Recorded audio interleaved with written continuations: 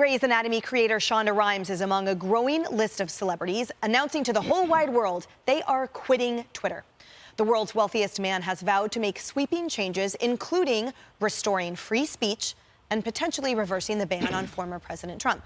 Piers Morgan says Musk has exposed a bunch of liberal crybabies and predicts, they'll be back. He writes, "We saw the same hysteria and hypocrisy when Donald Trump became president in 2016, and the likes of these celebrities all vowed to leave America in fury and despair. But then they all stayed. So I confidently predict none of those currently screaming, 'I quit,' will stop themselves from tweeting for long. They're too addicted to the slavishly approving echo chamber attention and sound of their own permanently whiny voices." David, he nailed it. I love this. We were talking in the break about Stephen King, who was going to leave the country after Trump was elected. He still lives here. Look, nobody cares if one person leaves Twitter, even if you're a celebrity. Why? If they have 60 million followers, the other 60 million are likely to stay there. And that's what matters to Twitter's business model. This story and this whole process took 207 days for the acquisition.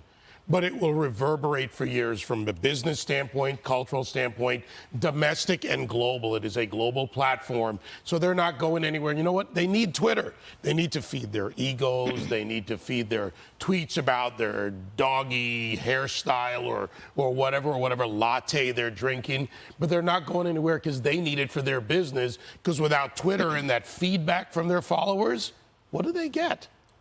They get a check, okay, they act in a movie, but what do they really get? Right. Leave Twitter. Right. They'll be back. And what do we all get for it, right, Julie? So he brought up Stephen King, who said, "You should pay me to have the blue check mark."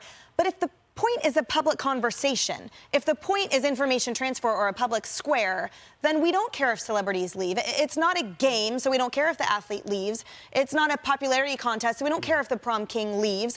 It's a conversation. It's supposed to render all voices equal, not to give higher weight to the novelist. Right, and it's just another example of celebrities thinking we give a crap about what they think about anything. Because I honestly couldn't care less who's on Twitter. If you've said something disgustingly offensive, you should be off. They're also hypocrites because they're not noticing the fact that, for example, Kanye West, or Ye, is still off of Twitter because of his despicable anti-Semitic remarks. He's still off of there. So it's not like people are allowed to go on there and say things like that. There are still a lot of comments that shouldn't be on there. But nonetheless, it's free speech, and people are due to express themselves, whether you are a conservative or, a Democrat. But unfortunately, celebrities and Democrats don't want Republicans to have free speech, and that's why they're being crybabies. That's right. And Kayleigh, I'll have Kayleigh get in here because I wanted to speak to that point. Why is it that celebrities are protesting the restoration of free speech when the Ayatollah and those anti-Semitic voices have been allowed to fester all of this time? Where was their protest then? It is so interesting, Emily. You have these moments that crystallize who liberals are, like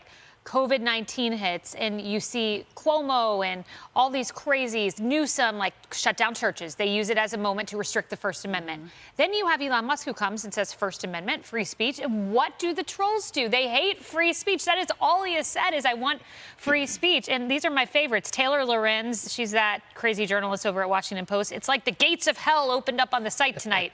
A liberal professor. This is an emergency. Twitter is to be taken over by the evil Sith Lord. Remember, all he did was promise free speech. And then my favorite, Dan Rather.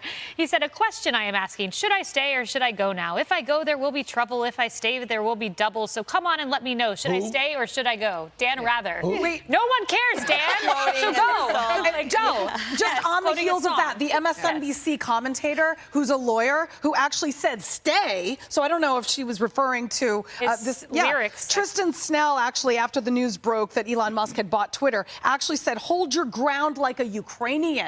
To those who were potentially going to leave. So in other words, I'm sorry, what? You were basically going to compare the illegal invasion by a Russian dictator over a sovereign democratic country to a social media platform being bought by a conservative. Are you kidding? I need to get Tammy. Let me just a minute. Consider that you would be stating this is your position, that you're going to abandon a platform simply because other people will be able to speak up. Who does that? Who really does that? Now, I mean, in the scheme of things, we know in this city, which we're in the city, people are saying things none of us would like. but we are not going to send the police to shut them up. We can't hear them. They're here. We can't stop those beliefs. The fact of the matter is, if you want to stop something, you don't like it, you do confront it rhetorically to make it irrelevant, or at least to shoot it down. But they know they can't. This is about just the leftist narrative. It's really not even about not liking the Ayatollah or ISIS or others who've been on Twitter. It really is about maintaining that singular narrative line that's liberal. That's what they want to do. It is about conservatives. It's not about people who are racists or bigots or anything like that. It's about taking this moral ground that they only inhabit that ground. But the equivalent would be, if we looked at Twitter, would be for us to be sending mobs to the houses or apartments of people who think things that we don't like to make sure that they can't live their lives.